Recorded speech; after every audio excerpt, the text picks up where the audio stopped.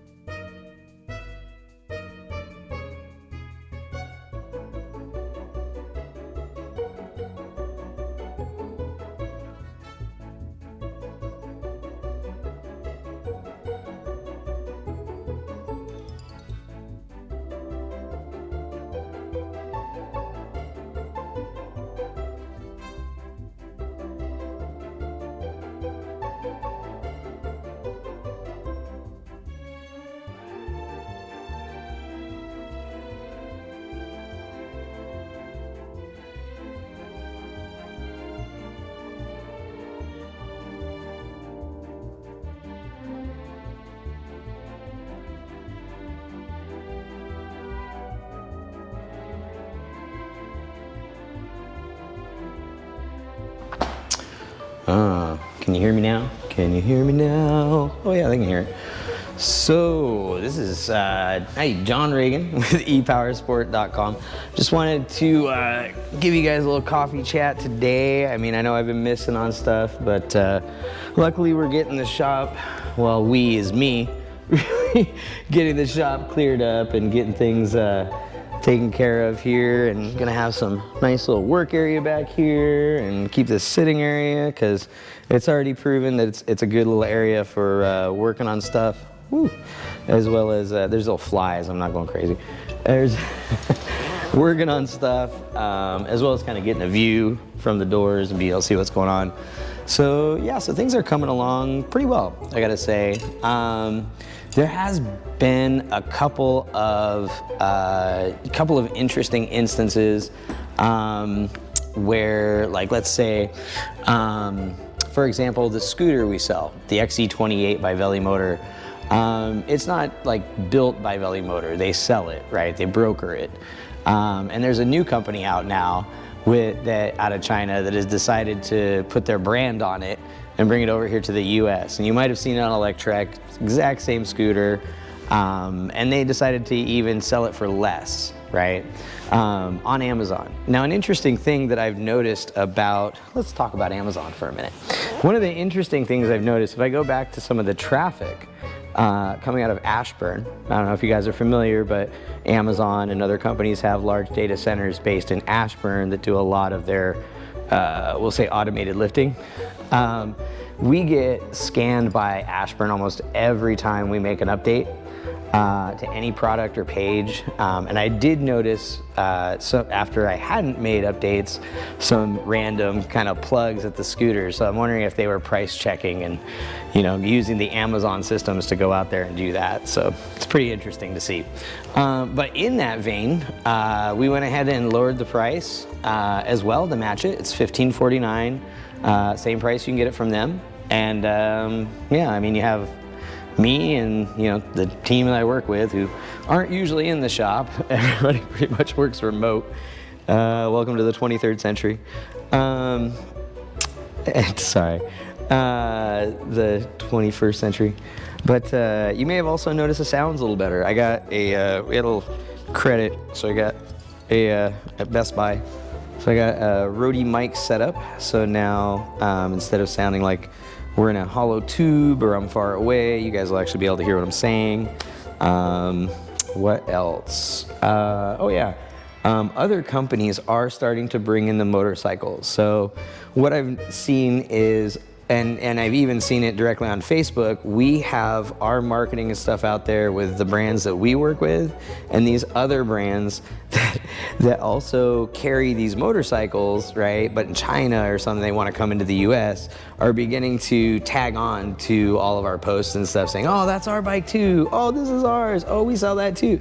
And it's interesting because we put a lot of effort, time. I work with a few different, I don't want to say a lot, I work with a few different influencers and stuff about this. And we put a lot of effort into this marketing to really get these products out there so that you guys can know about them. And it's almost as if as soon as we get out there so you guys can know about them, oh, here comes another company. Oh, we're going to sell it for a couple hundred less. It's like, all right, fine. I'll sell it for a couple hundred less. If that's what you guys, the game they want to play, fine. You know what? I've sold bikes at cost, okay? I've sold bikes for less than cost because people really needed them, okay? So if you want to go and buy from these other companies and stuff, that's fine, okay? But keep in mind, they're not helping people out by giving them things at cost. It happens rarely, but it depends on the situation. We have that kind of flexibility. So don't let that stick in your head that I'm giving you stuff at cost, because I got to make money too, all right? We got to keep the doors open. What else? Oh, the motorcycles are a big one now too, along the scooters. Companies, Denzel has started to bring theirs in, and it actually surprised the reps when I was at the AIM Expo and I met with them, and they were showing me the carbon fiber motorcycle, and they said, yeah, we're going to be the first to bring it in. I was like, well, no, you're not, because I have 15 of them down at my shop right now. You want to come down and check them out? They're like, what? And I go, yeah, I have them down there. I already brought them in. They're already VIN'd. They're the first 15 VINs. They're like, oh. So interestingly enough, what I did see was, what somebody pointed out to me though, was that the same company lowered their retail market rate. So now they're considered, where before they were just like maybe a couple $100s or so below us, they're now $1,000 less than us. So, I'm gonna have to make sure that our costs are where we can do that. I think they are close. I mean, I think we can shave a little, but as I looked at their costs, I know what the costs are, right? I know what all this stuff is, and then I look at the profit margins they have in place and operating expenses, things like this. I start to wonder about how should I put it? When I create a pricing model, I'm looking at the marketing, I'm looking at the time to sell, I'm looking at time to sit on the floor, all those things, right? As well as all the ancillary business expenses that come along with it. And we even, in looking at working with dealers directly, other dealerships, are trying to make sure that they get a nice cut as well, because I was informed that the profit margins on motorcycles at powersport companies are like 8 to 10%, and so we're trying to give them a much better margin to work with. But yeah, so when I look at this and then I look at the price down that's occurring and the amount of profit that they would end up with, I have to question, without mass sale, right, which is hard to achieve, right? It took Saunders a lot of money, and we won't even get into that. a lot of other stuff. But it did, sorry. But once you get there, you can sell those at a lower cost. I'm actually a little, let's talk about the Saunders Metacycle for a second. I think it's an interesting bike, right? I think we sell bikes that are even, some of the ones we're about to put up are just way better. And that's not just me saying it, they're just way better. I mean, I ride a 8 kilowatt hub motor. It kills it, you know, it crushes it, but it does have some drawbacks to it versus riding a mid-drive type of a motor. The other thing that makes me a little leery is we actually got our shipments bumped by the carrier so that they could run Saunders stuff, right? That was, and they didn't tell me this. I actually had to find this out kind of word of mouth, but it gets me because in a way it's almost as if Saunders is trying to, I mean, they probably are, use their overall clout and their production capabilities to shut down other deliveries.